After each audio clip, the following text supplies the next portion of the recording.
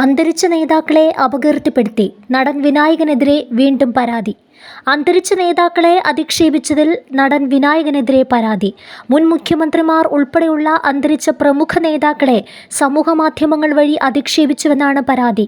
Youth Congress Ernakulam ജില്ലാ president Sijo Joseph, youth Congress Palakkad ജില്ലാ general secretary എന്നിവർ DGPക്കാണ് പരാതി നൽകിയത്.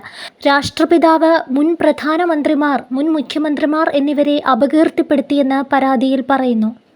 വിനായകന്റെ ഫേസ്ബുക്ക് പോസ്റ്റ് മനസാക്ഷിയെ വേദനിപ്പിക്കുന്നതാണ്.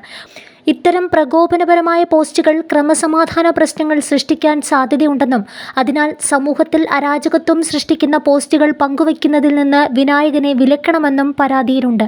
VS അച്യുതാനന്ദന് അഭിവാദ്യമർപ്പിച്ചതിനെ തുടർന്ന് വിനായകന് ശക്തമായ സൈബർ ആക്രമണം നേരിടേണ്ടി വന്നിരുന്നു. ഇതിനു പിന്നാലെയാണ് താരം സോഷ്യൽ മീഡിയയിലൂടെ പ്രതികരണവുമായി എത്തിയത്.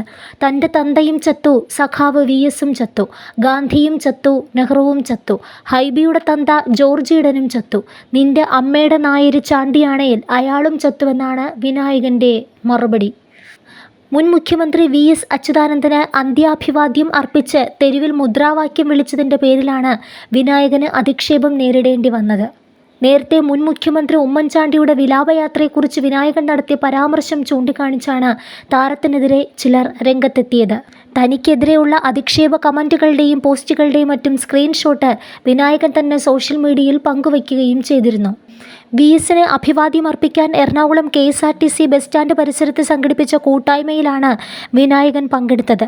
ഇല്ല ഇല്ല മരിക്കുന്നില്ല, സഖാവ് VS മരിക്കുന്നില്ല, ജീവിക്കുന്നു ഞങ്ങളിലൂടെ എന്ന മുദ്രാവാക്യം ഏറ്റുവിളിക്കുന്ന വിനായകന്റെ വീഡിയോ സോഷ്യൽ മീഡിയയിൽ ചർച്ചയായി മാറിയിരുന്നു.